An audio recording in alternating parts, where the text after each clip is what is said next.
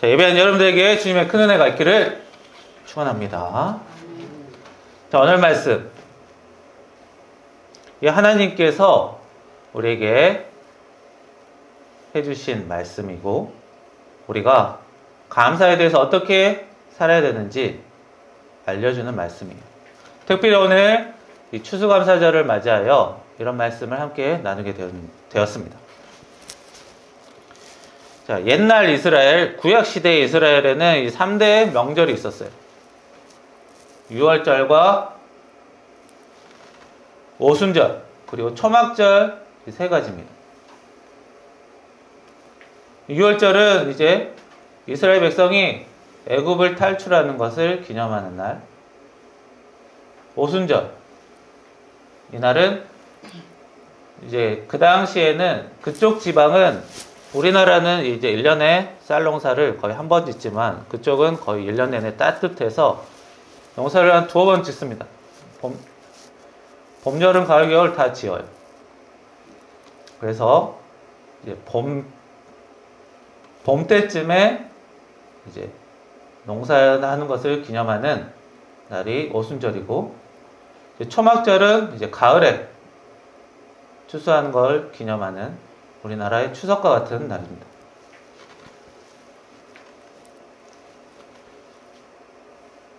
그리고 이 오늘날의 추수감사절, 이 초막절과 관련이 많죠.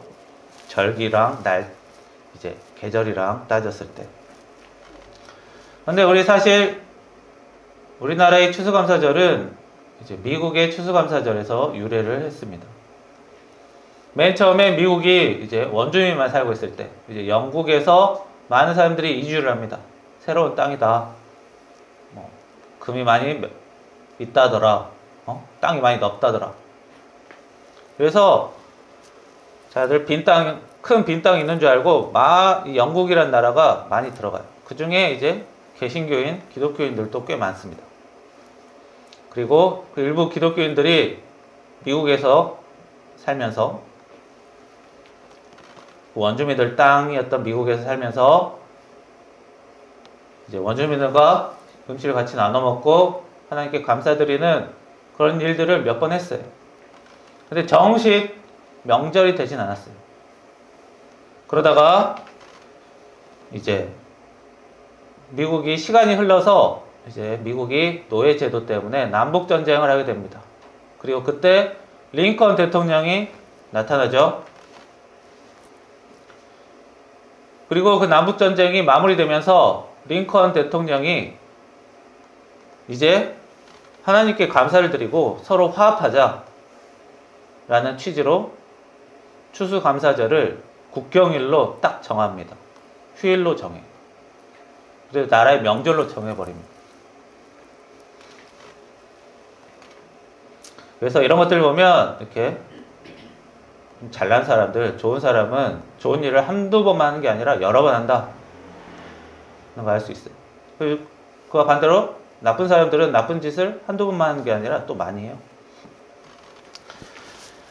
자, 그 링컨 대통령 때 이 추수감사절을 이제 11월 넷째 주 목요일로 딱 정합니다. 국경일로.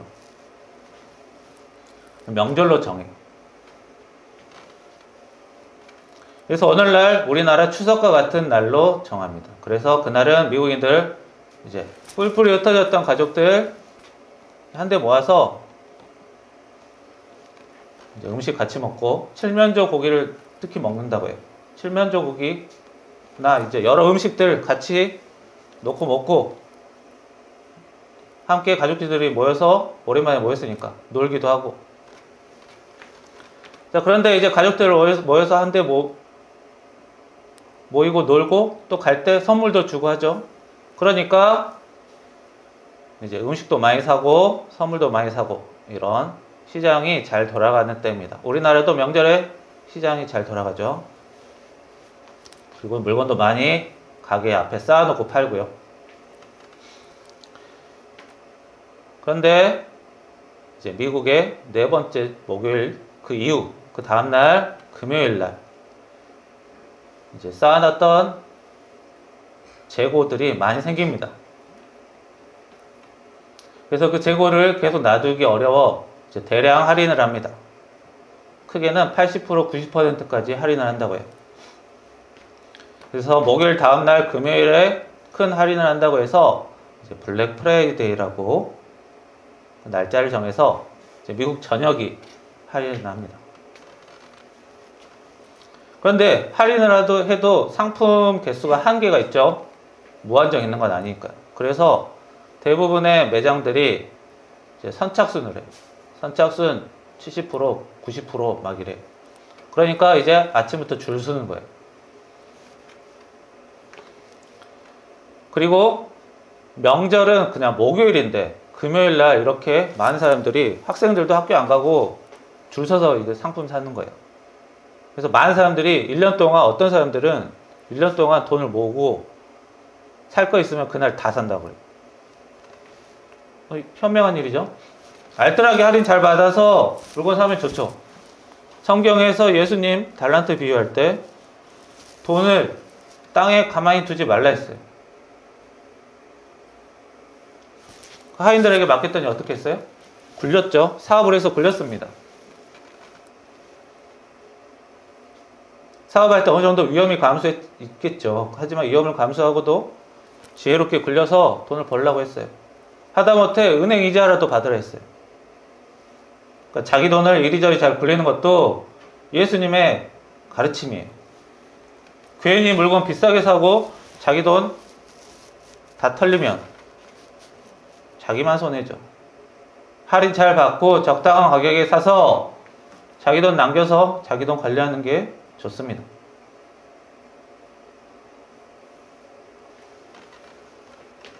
자, 우리나라에, 그리고 기독교가 처음 들어왔을 때 미국의 선교사들이 많이 왔어요.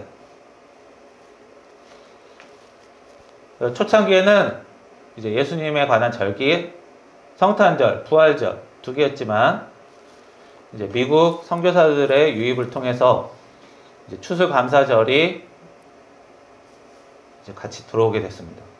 그래서 미국은 11월 넷째 주, 마지막 주 목요일이고, 우리나라는 이제 목요일은 평일이죠.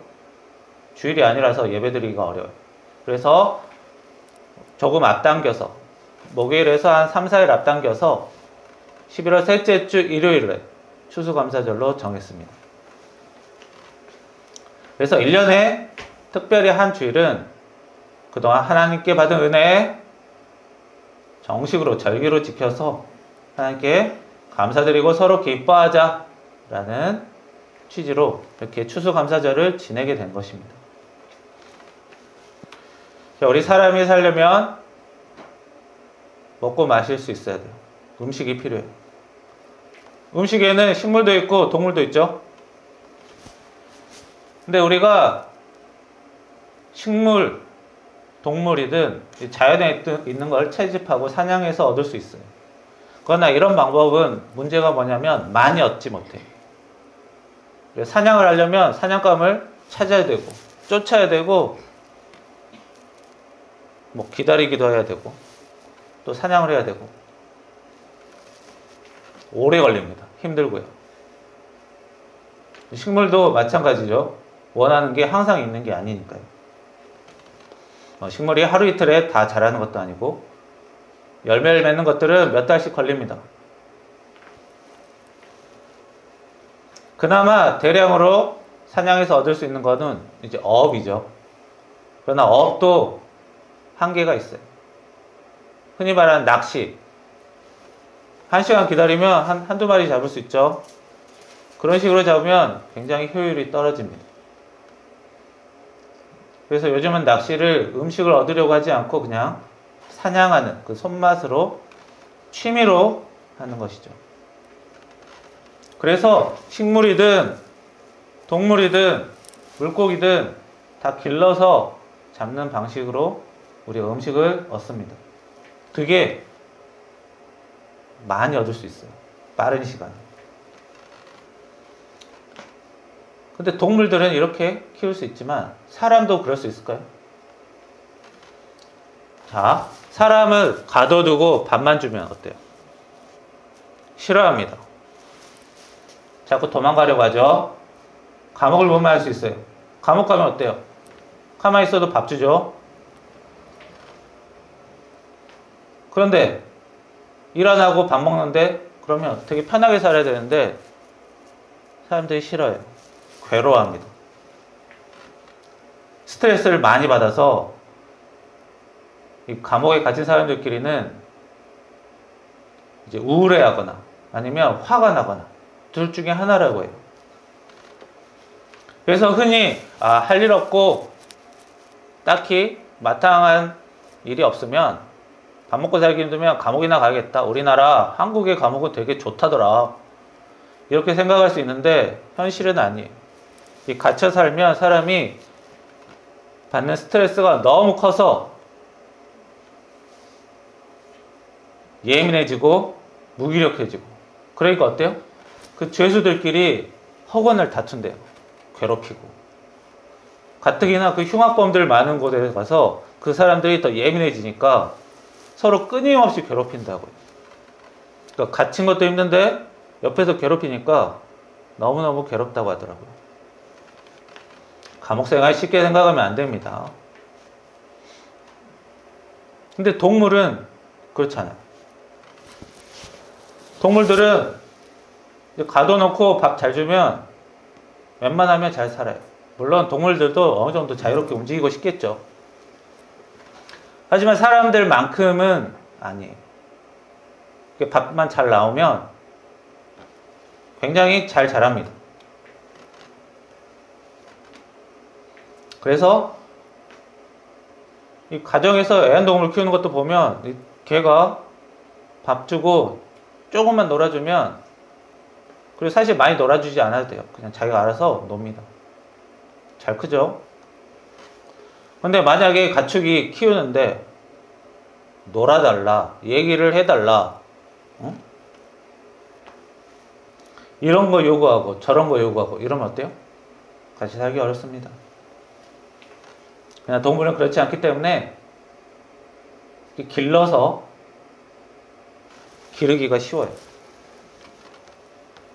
그런데 이렇게 기를 때 동물이든 식물이든 이렇게 기를 때 누가 길러야 합니까? 사람이 길러야 합니다. 밥을 줘야 되고 배설물 치워줘야 되고 식물도 물 주고 이런저런 어려운 환경이 있으면 그거 제거를 해줘야 돼요. 사람의 노력이 필요합니다. 그래서 하나님 창세기 3장 19절에서 내가 흙으로 돌아갈 때까지 얼굴에 땀 흘려야 먹을 것을 먹는다 라고 하셨어요. 우리 사람이 살려면 수고하고 노력하는 일이 필요합니다. 그리고 수고하고 노력하지 않으면 삶에 이제 의욕도 많이 떨어져요. 그러나 우리 이런 사람의 노력이 필요하지만 더 중요한 건 하나님의 은혜가 필요하다는 거예요. 하나님이 힘 주시고 능력 주셔야, 지식과 지혜를 주셔야, 재능도 주시고 적성도 주셔야 우리가 일하고 살 수 있어요. 물론 관리는 우리가 하는 것이지만 그런 능력들을 하나님께 받아야 합니다. 하나님의 은혜를 받고 그걸로 일하고 살기 때문에 우리는 하나님의 은혜에 감사해야 되는 거예요. 이스라엘의 3대 명절, 유월절. 하나님이 노예 생활에서 벗어날 수 있게 은혜 주셨다. 그래서 감사하는 거예요. 기념하는 거. 오순절, 초막절. 다 하나님이 은혜 주셔서 우리가 농사 짓고 일하고 살아서 소득을 얻었습니다. 은혜를 주셨기 때문에 감사하는 거예요. 아무것도 없는데 감사하라는 게 아닙니다. 우리 사람이 예전에도 이 명절에 가족을 만나고 이제 시골 같은 경우는 동네 사람과 함께 어울리기도 해요. 축제도 하고. 그런 이유가 뭐예요? 어릴 때 자녀일 때는 부모 밑에서 같이 살았지만 이제 크면 각자 나가서 독립해서 삽니다. 근데 오랜만에 모이는 거죠. 부모님 밑으로. 잠시, 아주 잠깐 예전 시절로 돌아가는 거예요. 함께 살았던 시절로. 그래서 가족이 있어서 우리가 이렇게 독립해서 오늘날까지 살 수 있었구나 기념하고 기억하고, 또 오랜만에 가족들 만나면 기분도 좋죠. 그리고 이 동네 사람들하고 어울리는 것들도 나 혼자 잘나서 소득을 얻은 게 아니라 이런 주변 사람들이 있었기 때문에 이렇게 소득을 얻을 수 있었다. 그런 걸 기억하는 거예요. 우리가 택배하는 사람들만 다 없어져도 어떻게 됩니까? 자기가 그 먼 곳 가서 다 물건 받아와야 돼요. 나 혼자 잘나서 이 세상 사는 게 아닙니다. 이 명절, 사람의 명절조차도 이렇게 감사를 기억하고 나누는 게 핵심이에요. 하물며 하나님이 주신 이런 감사절, 특별히 하나님 은혜를 잊지 않고 더욱 깨달아 감사하는 일이 필요합니다. 좀 도리로서 그래요. 그런데 우리가 도리로만 하나님께 감사하는 건 아닙니다. 우리 하나님께서 우리 성경 말씀으로 감사를 하고 살아라 라고 친히 말씀을 하셨어요. 구약의 레위기, 민수기 이런 데 보면 이 명절에 제사 지내면서 하나님께 감사를 표현해라 라고 하나님이 직접 하신 말씀이 있어요. 게다가 신약에도 마찬가지예요. 데살로니가 5장에 보면 범사에 감사하라. 이것이 그리스도 예수 안에서 너희들에게 나타난 하나님의 뜻이다. 하나님의 의도다. 하나님의 명령이다. 자, 감사하는 것은 도리로 하는 것도 있지만 하나님의 뜻이기 때문에 우리가 해야 된다라고도 사도 바울이 말했습니다.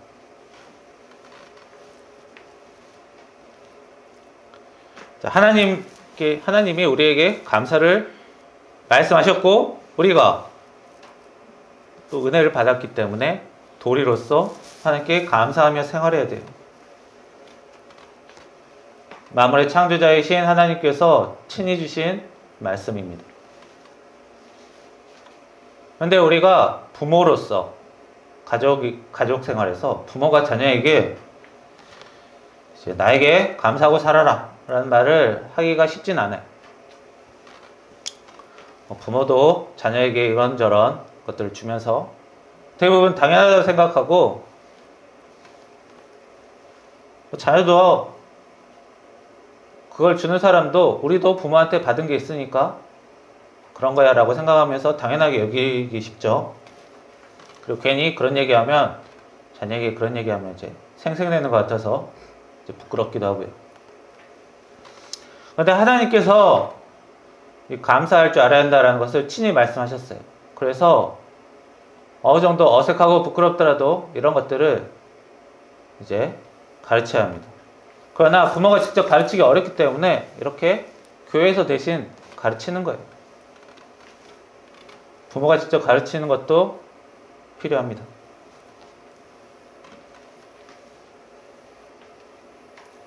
하나님이 우리에게 은혜를 대놓고 주실 때도 있고 은밀하게 주실 때도 있습니다. 그래서 우리가 항상 범사에 감사할 필요가 있습니다.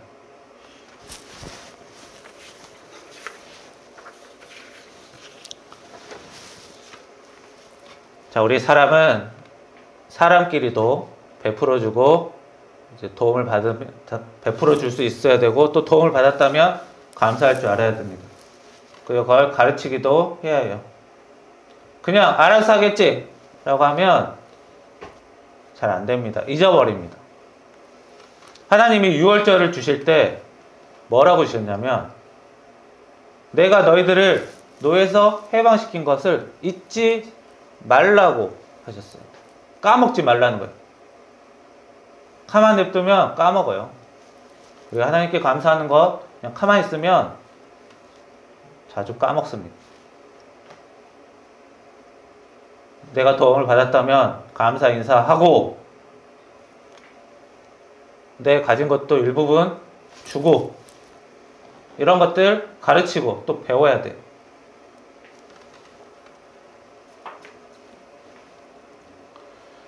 자, 우리 스스로가 그리고 하나님의 은혜를 깨달아 감사드리는 것도 중요합니다. 그래야 하나님과의 관계가 더욱더 돈독해지고 그 은혜 받아서 더 잘 쓰고 더 많이 사랑할 수 있어요. 자, 근데 우리가 알아야 될 게 있습니다. 우리 구약 시대에는 이런 동물 제사 같은 걸 드렸어요. 그걸로 하나님께 감사를 드렸지만 이제 예수님의 십자가 복음 이후로 더 이상 동물 제사는 지내지 않아요. 구약 시대에는 동물 제사와 함께 이런 절기, 제물 이런 걸 드렸지만 그걸로 감사를 드렸지만 신약 시대부터는 이제 신약 성경에 따르면 찬송으로 감사 기도로 성찬, 나눔과 선행 그리고 우리 삶 전체를 드려요. 성경 말씀에 우리를 산 제사로 드린다라는 게 있는데 그거는 사람을 제사물로 드리는 게 아니라 우리의 삶 전체를 드린다라는 그런 뜻입니다. 그걸로 감사를 드리는 거예요. 오늘 교회 추수감사절, 교회 명절이지만 교회 명절이라서 중요한 게 아닙니다. 감사를 잊지 않고 살아야겠다라는 그런 마음이 중요해요. 특별한 날에 감사하는 것 좋지만 범사에 감사하는 것이 훨씬 더 중요해요. 그리고 오늘 말씀 보면 히브리서 16절, 13장 16절 보시면 선을 행함과 서로 나누어 주기를 잊지 말라. 하나님은 이 같은 제사를 기뻐하신다. 교회 중요한 명절이라고 교인끼리 서로 기뻐하고 나누는 것 좋아요. 그러나 교인들만의 잔치로 보내기보단 오늘 말씀 보면 어때요? 이런 날일수록 교회가 어려운 사람을 조금 더 돕고 지원하는 일을 특별히 더 해야 더욱 말씀적인 감사절이 되는 겁니다. 이런 것들은 앞으로 차차 이루어질 것입니다. 하나님은 선을 행하고 나누며 사는 것을 좋게 보시는 거예요. 하나님을 의지하고 하나님을 믿고 따르는 것도 좋지만 뭘 좋아하신다고요? 사람끼리 서로 나누어주고 선을 행하는 것을 그런 제사를, 그런 감사 제사를 기뻐하신다고 한 거예요. 자, 우리가 성경 말씀에 따라 살고 하나님 명령에 따라 살고 그래야 우리가 더욱더 은혜의 길을 잘 갑니다. 감사에 감사하고 그것이 예수 그리스도 안에서 너희를 향하신 하나님의 뜻이라고 했어요. 감사에 감사하고는 여러분들이 되시고 감사할 때 특별히 주변 사람들을 더 생각하는 그런 사람이 될 때 더욱더 큰 은혜 받는 여러분들이 되길 축원합니다. 기도하겠습니다. 살아계신 하나님, 저희들 추수감사절 맞이하여 주님께 더욱더 감사하는 것을 잊지 않는 사람이 되게 하시며 저희들 항상 감사를 달고 사는 그리스도인이 되게 하시고 감사할 때마다 사람과 사랑을 더욱더 나누는 그래야 하나님 보시기에 더욱더 바람직한 사람으로 살 수 있게 도와주시옵소서. 예수님의 이름으로 기도합니다. 아멘.